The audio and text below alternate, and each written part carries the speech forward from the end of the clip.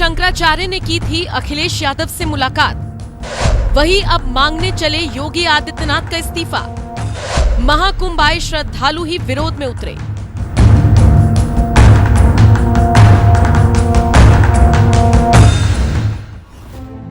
पंजाब, जहां हर घर, हर गली, हर रास्ता सुरक्षित है, जहां हर नागरिक की सुरक्षा सर्वोपरि है। मुख्यमंत्री भगवंत सिंह मान की सरकार ने राज्य की सुरक्षा को एक नई दिशा दी है। वित्तीय वर्ष 2023-24 में 40 करोड़ का बजट पारित किया गया है।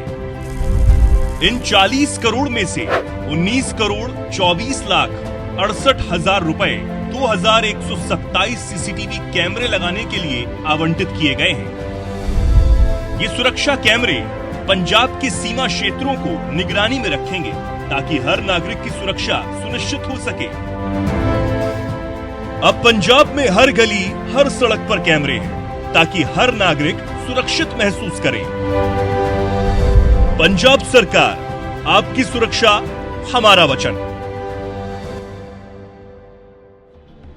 महाकुंभ को जितना दिव्य और भव्य बनाने का सपना उत्तर प्रदेश के मुख्यमंत्री योगी आदित्यनाथ ने देखा था, उसमें उतना ही सेंध लगाने का काम विधर्मी ताकतें करती हुई नजर आई हैं। 28 जनवरी की रात को महाकुंभ में जिस तरह से भगदड़ मची, उसके बाद एक तरफ योगी से लेकर मोदी तो पीड़ित परिवारों की मदद में जुट गए, हालातों का जायजा लेने में जुटे रहे, लेकिन विरोधी दल के नेता योगी सरकार पर तंज कसने का एक और मौका भुनाते हुए नजर आए। अखिलेश यादव ने तो सभी सोशल मीडिया प्लेटफॉर्म्स पर मोर्चा खोल दिया। चिल्ला चिल्ला कर सुझाव देने लगे कि उत्तर प्रदेश सरकार को महाकुंभ में फंसे लोगों की राहत के लिए व्यवस्था संबंधित सुझाव, भोजन पानी के लिए जगह जगह दिन रात ढाबे खोलने और भंडारों के आयोजन की अपील की जाए। प्रदेश भर से मेडिकल और पैरामेडिकल स्टाफ को स्वयंसेवी लोगों के दुपहिया वाहनों के माध्यम से दूरस्थ इलाकों में फंसे लोगों तक पहुंचाने की व्यवस्था हो। महाकुंभ के आसपास और प्रदेश भर में मीलों तक फंसे वाहनों को पेट्रोल डीजल की आपूर्ति सुनिश्चित की जाए। दवाई की दुकानों को दिन रात खोलने की अनुमति दी जाए। लोगों को कपड़े और कंबल दिए जाएं। जहां हजारों करोड़ रुपए प्रचार पर और दुर्घटना की खबरें दबाने के लिए बहाए जा रही हैं, वहां पीड़ितों के लिए कुछ करोड़ खर्च करने से सरकार पीछे क्यों हट रही है? हद तो तब हो गई जब कई मोर्चे पर मोदी सरकार का विरोध करने वाले शंकराचार्य अविमुक्तेश्वरानंद भी योगी के इस्तीफे की मांग करने लगे। शंकराचार्य ने साफ कह दिया, ये मौजूदा सरकार की बहुत बड़ी विफलता है। ऐसी सरकार को सत्ता में रहने का कोई नैतिक अधिकार नहीं रह गया। सरकार को खुद ही हट जाना चाहिए या फिर जिम्मेदार लोगों को इस मामले में दखल देना चाहिए। ये ऐसी दुखद घटना है जिसने सनातनियों की सुरक्षा पर सवालिया निशान खड़े किए हैं। आने वाले दिनों में रोजाना लाखों करोड़ों की संख्या में श्रद्धालु आएंगे। अगर इस घटना को लेकर जिम्मेदार लोगों के खिलाफ कार्रवाई नहीं की गई तो आने वाले दिनों में इससे बड़ी घटना होने की आशंका से इनकार नहीं किया जा सकता। ऐसे मामले में बेहद सख्त कार्रवाई जरूरी है। महाकुंभ में मची भगदड़ को भले ही वक्त रहते कंट्रोल कर लिया गया, स्थिति सामान्य कर ली गई, लेकिन इतनी तेजी में अखिलेश के साथ साथ शंकराचार्य ने योगी को घेरा जैसे बस सीधा टारगेट तो योगी ही थे। मन मांगी मुराद पूरी हो गई।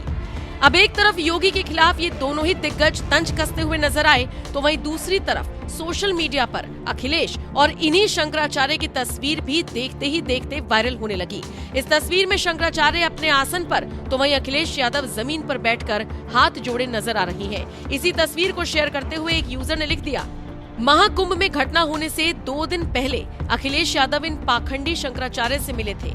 घटना हो जाने के बाद यही शंकराचार्य योगी जी से इस्तीफा मांग रही है।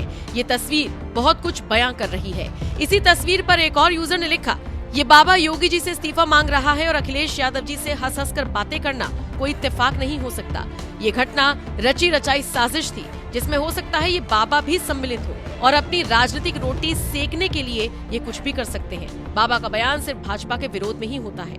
एक यूजर ने भगदड़ पर योगी का बचाव कर दिया और लिख दिया, भाई योगी जी ने धार्मिक आयोजनों में हमेशा श्रद्धालुओं के लिए बेहतर इंतजाम किए, बावजूद इसके कुंभ में हृदय विदारक घटना घटित हुई, योगी जी स्वयं रो पड़े। सिर्फ यही नहीं, महाकुंभ आए श्रद्धालु तो आज भी योगी के साथ खड़े नजर आ रही हैं। तो आप लोगों के सामने ये घटना नहीं घटी? नहीं, हम लोग शिविर में सो रहे थे।